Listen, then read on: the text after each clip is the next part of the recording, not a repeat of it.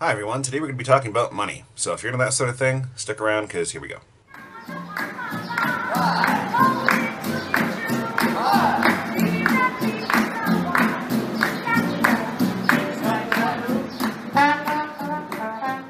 Now money is a funny thing when you really think about it.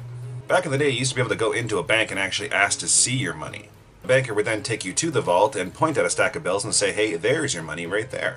Look, we're doing our job, thanks for paying us every month. It's a fair bit different in the modern age now, isn't it?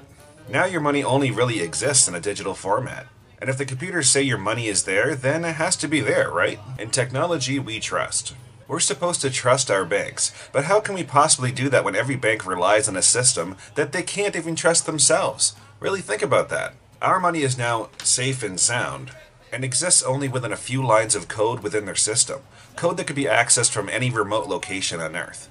Back in the day, protecting your money meant tougher guards and more guns. But today, physical bank robberies are no longer necessary, as walking into a bank with a weapon and demanding cash is obsolete. You can have the meanest, toughest guards out there, and it's not going to stop some 18-year-old punk from Venezuela from taking you out and making it like a bandit. Without so much as having to yell, everybody get down.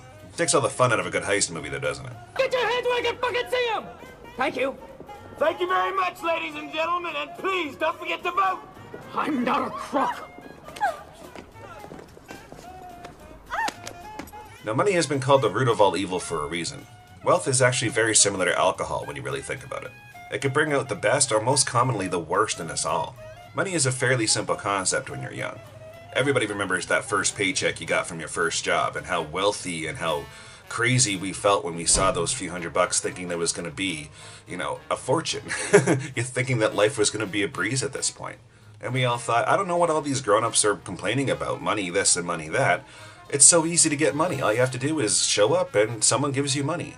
But that was back when we lived with our parents though, wasn't it? No bills to pay, no real financial burdens or debts or anything like that. Oh, the naivety of being young. That money burned a hole in our pockets, didn't it? So we got the first taste of what it truly felt to be financially free at a very young age. To freely spend the fruits of our labor with absolutely no restraints whatsoever. And as we get older and mature and graduate and move out on our own, we suddenly discover that life isn't all that easy, especially when it comes to money. The price of living steadily skyrockets, vehicles cost more than the down payment on a house, and in this current climate, houses are just about impossible to purchase with a middle-class income. Even with two people working, the same amount of money becomes less and less, and you suddenly find yourself living off money that doesn't really belong to you. Then you find yourself making payments on borrowed money, just to buy yourself a little more time so you can afford the odd luxury, because without it, you may just lose your momentum and slip into a depression. Yeah, y'all out there know exactly what I'm talking about, don't you? Nothing breaks a soul like money, or the lack thereof. The sweet spot seems to be right in the middle. The happiest people I know are those that make enough money to live comfortably, but not too much as to be considered rich. Or the middle class, as we all call them. A class of people that are slowly diminishing year by year. On the other hand, you have the successful people out there, those that financially surpass the middle class. And I'm not talking about the truly privileged, the Ivy League douchebags out there that just have everything handed to them. Those people that have never really had to taste desperation or worry about making their rent from a month-to-month basis. I'm talking about the ones that started the same way we did. Perhaps they made the right investment or worked a little harder, maybe even lucked out on their financial endeavors. It's actually really interesting to study people that gradually do become successful. The rags to riches story. Some handle it fairly well, sometimes even with grace. But for the majority, they suddenly deem themselves smarter or even better than everyone else. They begin to respect the almighty dollar and not much else. Jerk! What kind of a way is that to talk to your friend who gives you money? Go to hell, Peter! We don't need your money, and we don't need friends like you! Yeah, we're out of here! Fine, go on, I don't care. I don't need you. I got money! Peter, you used to be a great guy, but ever since you won that lottery... For some, it turns into a greed race. This guy's car is nicer and more luxurious, so I need to trade mine in. This guy's house is bigger and more luxurious, so we have to upgrade, don't we? The greed of the rich is evident in the high-end fashion industry, where people pay more for a purse or a shirt or a pair of jeans or a pair of shoes than most of us pay on our first used car. Money isn't just the root of all evil, but a core source of pride. And not the good kind of pride that you should have for your children, the disastrous kind. It's the kind of arrogant pride that has convinced you that you are better than everybody else because you have money. Good friends, and even family, unfortunately, are replaced with scoundrels with agendas. The people that loved you when you were broke walk away because they can't relate to the greedy person you are becoming. Because you'd rather be surrounded with people that kiss your ass and convince you even further that you're better than everybody else. At some point, you really have to ask yourself, has having money really made your life all that better?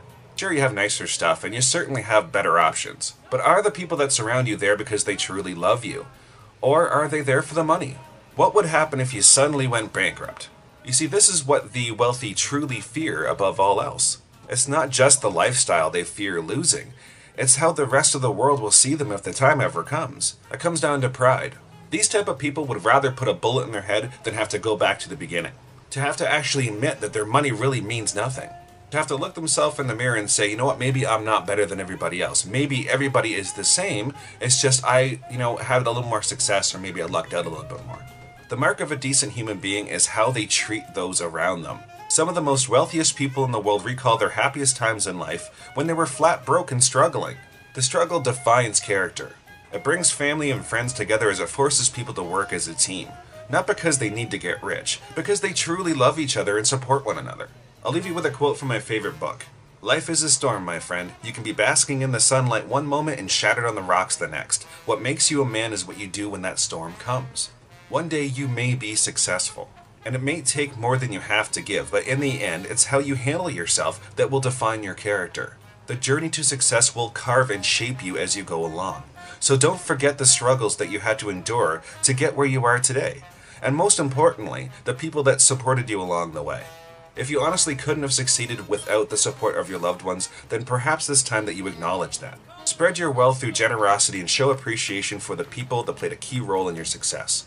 Having money doesn't necessarily make you better than everybody else. I've seen some of the most wealthiest people do the most vile and inhumane things, disgusting things even. It's showing respect, honor, generosity, and common decency toward your fellow man that sets you above the bar, above everybody else. It's called being the better man for a reason.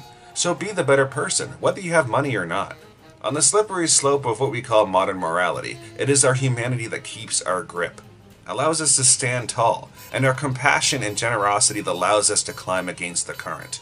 Money is replaceable. People simply are not. I hope you enjoyed the video today. If you're a fan, subscribe, like, there's stuff you can buy. Check the link in the description, like there's shirts and phone cases and all that stuff. I'm also a best-selling author. You can check out my titles at thebookofneophyte.com. You can find that right there. And don't forget that I love comments. I love talking to people like down below in the comment section. If you have any suggestions for future videos or topics that you want to see me cover, I'm all ears. Just mention it in the comment section and I'll get right on it. But anyway, thanks a lot for watching Politically Impaired. Don't forget to subscribe and like and all that stuff, and I'll catch you on the other side. See you later.